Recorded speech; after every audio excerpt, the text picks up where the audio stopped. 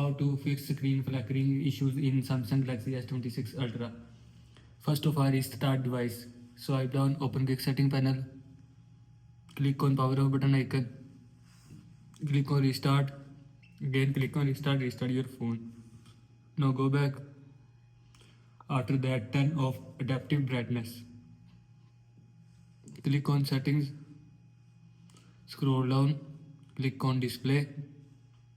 Here you will see adaptive brightness, and if you want to turn off adaptive brightness, then turn off this button. After turning off this button, adaptive brightness will be turned off from your phone.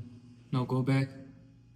After that, reset all settings. Again open settings, scroll down, click on general management, click on reset, click on reset all settings, click on reset settings. After click on reset setting, all setting will be reset from your phone. After that, software update. Again open settings, scroll down, click on software update, click on download and install. Here you will see update or install option, and if you want to update software, then click on update. After click on update, your phone's software will be updated from your phone. This is how you can fix screen flickering issues in Samsung Galaxy S26 Ultra. I hope you like this video, and thanks for watching this video.